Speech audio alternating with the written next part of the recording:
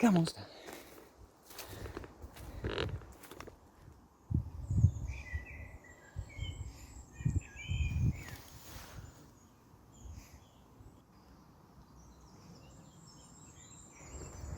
Hi everybody, welcome to this workshop for Camp YA about place and disruption, most importantly I suppose. We're going to be doing some disrupting today. As you can see, I'm disrupting the standard workshop format by going outside into the lovely woods near my home. We're going to be talking a lot about disruption today and forces that disrupt and how we can disrupt our writing and what kind of energy that kind of brings to what we're trying to create. And if you can take this workshop outside with you, please do. Disrupt your normal routine, whether it be desk-based or the favourite cafe or corner of the library that you like to scribble away in, and get out into the world. Get out on plein air, as they say, and take your ideas with you. If not, I'll take you on a bit of a tour of my place, and you can use that, if you like, for your inspiration. Before you set out on your journey, be it physical or metaphorical, I suppose, I'm going to need something from you. You need to take some things with you, whether that be in real life or in your imaginations, entirely up to you. I would like you to take with you some made objects, please. You can come up with six made items, human, man-made, constructed stuff that doesn't really have any business being out of doors. They can be as big or as, nearly fell over there. They can be as big or as small as you like. Toaster, watch, or fridge, freezer, anything you like really, but as long as they are made. Buzzard, listen. There it was. So, we've got our six objects, our six familiar objects, right? And we're going to start talking about disruption. Disruption's really important. I think it's probably one of our best tools as writers. From a narrative point of view, without disruption, without that break from the norm, is there really a story worth telling? I mean, if you look at most narrative theories, they involve this kind of sense of disruption, right? This kind of sense of things either going wrong or at least being different, things changing. And it's that change that brings the energy. So that disruption might start a journey, that disruption might start a problem or a series of conflict. Without conflict, your characters can't really do anything. Kind of how your characters react and respond to that disruption of their normal routine is kind of what makes them characters. Characters are essentially products of your plot, and your plot is essentially a product of your character. And I like the way that those two things interplay together. And disruption kind of starts with that off. So disruption is massively important. So we're going to start disrupting some things now then, I suppose, and seeing what unravels. And if we start pulling on a few threads, what exactly comes undone. I'm not a huge fan of the kind of overly expositional opening, right, where you describe everything in huge amounts of detail and say, this is what normal is. But you do need to do that. You need to do that work as an author, as a writer. Even if that doesn't end up on the page, you need to know what normal is. And there needs to be a kind of background of that, I suppose. That's the backdrop against which you're writing at the beginning. Our equilibrium on normal is going to start with the place, and to fit in with the Camp YA theme this year, we're going to look at somewhere kind of linked to the environment, somewhere natural, like where I have come for this workshop, I suppose. If you're lucky enough to know a place like this, you can write from real life. That's absolutely fine. Like I said, you can go there if you like to, and make it even more real, even more felt, or you can come up with somewhere. I'm going to put together a little 1-minute tour, I guess, of my standard walk with the dog, Stanley, who's behind me somewhere. Stan, come here. Good boy. If you want to use anything from that, you are more than welcome to do so. But I need you to be able to stand in this place, right? To be able to smell it, to sniff it, to be able to get down on your hands and knees and kind of put your fingers in the dirt a little bit, I suppose. Know what it smells like, know what it feels like to occupy that place. If it helps to zoom in on some really small details, please do. That kind of intensity of noticing is always really, really useful, and normally leads to a kind of bigger sense of the whole, weirdly speaking. If you write with intense concentration about a few small details, the reader will very often kind of fill in the other stuff around the edges. So that can be a really useful thing to do. But here's a quick 1-minute tour of my place, I suppose, that I'm going to have in my head as we work today. Use it for inspiration if you like, or don't, entirely up to you, but I want you to sketch out a space now in your head or on paper. You can map it if you like, or draw it, entirely up to you. It doesn't have to be in words at this point, but you're going to come up with a place that has got a lot to do with nature, with the natural world. Give you a minute or two to do that now.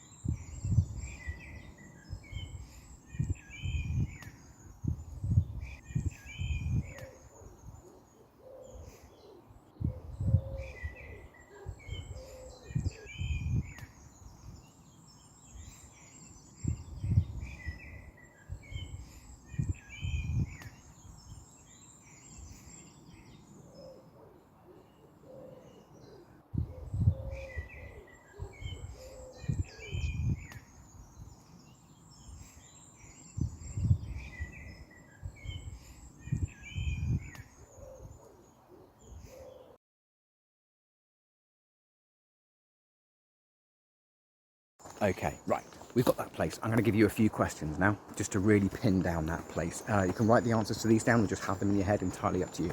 First question is this: what time of day is it in your place? When is it? Question 2: who are you sharing this place with? Or what are you sharing this place with?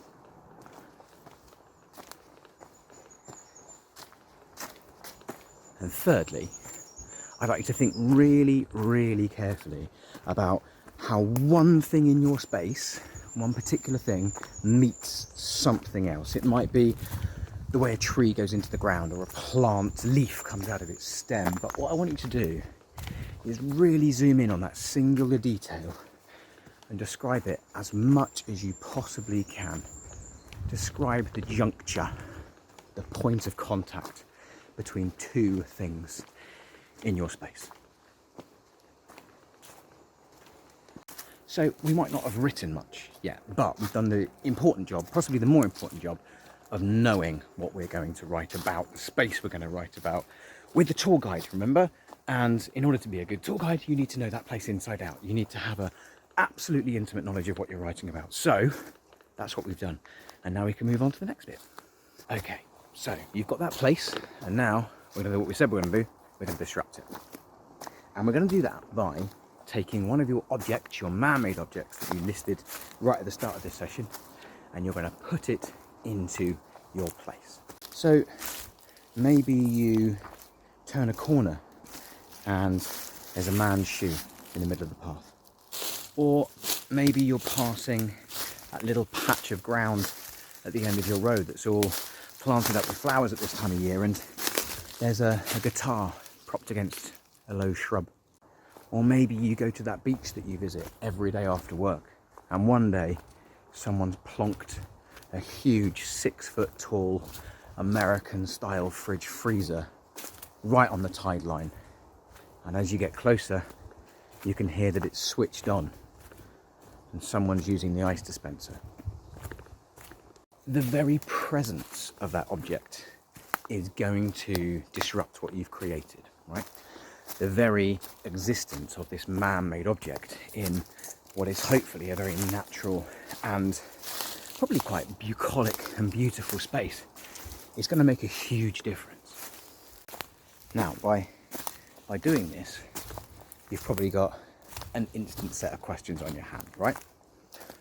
Where did this thing come from? Who put it there? Is someone going to come and take it away again? I want you to hold off on those questions for a bit, okay? They're vital questions and they are going to charge your story if you go on further than this. But for now, we're just going to be in that space that's been disrupted by this object, okay? You're going to crack on and write something now out of this situation. You're in that natural space. You come across an unusual object that's man-made, that has no rightful place being there. And you're going to start with this line. You're going to start with, "It was not supposed to be there." Off you go.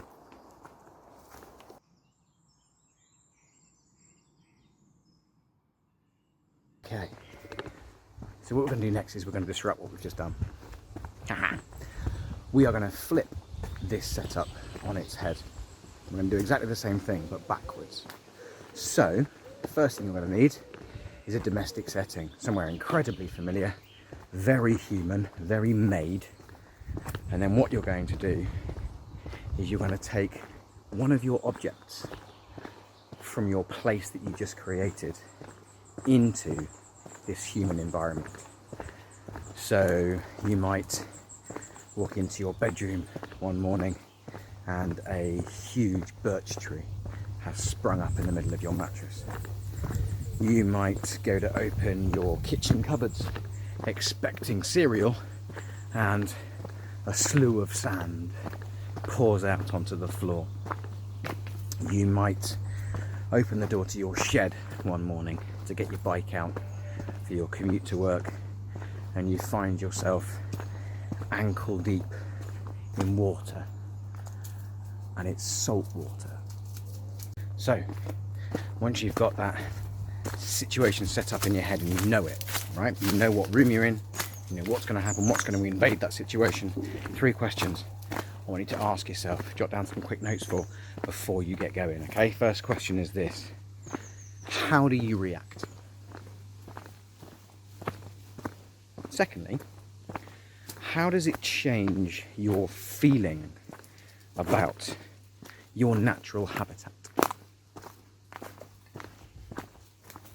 And thirdly, are there going to be any more disruptions? Is it just this one? Has it happened to anyone else? Are you going to go and ask your neighbour if they've also got sand in their cornflakes? Or ask the person, phone your mum and ask if the sea has also invaded her garage? Okay, when you've got those answers as your starting point, off you go again. Exactly the same beginning as you did in the first exercise. It's going to start like this: it was not supposed to be there. Off you go.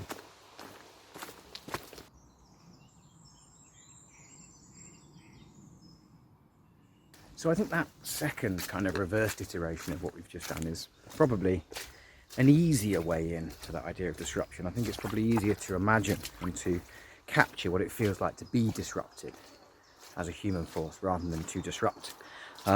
Wider reading, if you're after some. Ali Shaw's The Trees is a great exploration of that. It's about a post-apocalyptic landscape where overnight a massive forest essentially just erupts through everything. It's quite brutal, but really, really good book. Also, more subtly done, is my good friend Joanne Stubbs' book called The Fish, a book about a very near future in which the fish come out of the sea and start walking on land, much to the chagrin of many people in society who feel like they don't really fit anywhere anymore. It's a great book about disruption, and like I said, much more subtly done. But yeah, have a look at them. They're really, really good, both of them. So what we've been engaged in here as we wind towards the end of our time together essentially is play, isn't it? The collision of objects, places, the plugging together of two things that don't really go together. And we do that out of a need to explore, I think, out of a need to follow those what-ifs. And because it's fun, and play is a safe place to explore those ideas, or at least it should be a safe place to explore those ideas. That play, or maybe the results of that play, where we get to when we play like that, can be disruptive. Play, as a result, makes us feel alive, doesn't it? It's anathema to that boring routine. It's moving out of your comfort zone. It's disrupting that normal and making life a little bit more interesting. Maybe it's that movement away from what we're supposed to be doing that makes play a little bit dangerous. It's getting narrow here, a bit spiky. And if you'll allow me a small plug, that is the idea that's at the root of my second novel, which is due out in October from Firefly Press, that is called Play. Play follows the stories of 4 boys, 4 friends, who do exactly what we've just been doing. They disrupt, they play, they create games to make their little worlds seem a little bit more vibrant, I suppose, a little bit more alive. Luke is a sportsman. Luke retreats into his physicality, sees how far he can push himself there. Matt is an artist. He sees what happens when he experiments with what things look like. And Johnny, well, who knows what Johnny's up to, but he's definitely playing. But it's when Mark thinks he's found the new game that is faultless and brilliant and brings prizes galore that things start to go wrong, especially when Mark breaks one of the rules in this new game, and he quickly realizes that what he's been playing is not a game at all. And it's this disruption that starts to tug at the threads of the four boys' friendships, and to really start questioning how far these games will go before someone might get hurt. Plug over, that's Play. It's out in October from Firefly Press, but if you visit their website you can pre-order it now. And so that also brings us to the end of our play today and what we've been engaged with, our acts of disruption. Squirrel. I hope you've enjoyed it. I hope you've got something from it and it has been useful in some way, and maybe you've got some notes that you could take further, that you could explore even more, or ways to push your current work in progress in a slightly new direction by disrupting, by playing around. So it's goodbye from me. Stan, come here. It's goodbye from the dog. So see you later, Stanley. Bye. Hope to see you all again soon, maybe in real life next year. Hope you enjoy the rest of your weekend and happy camping. Goodbye.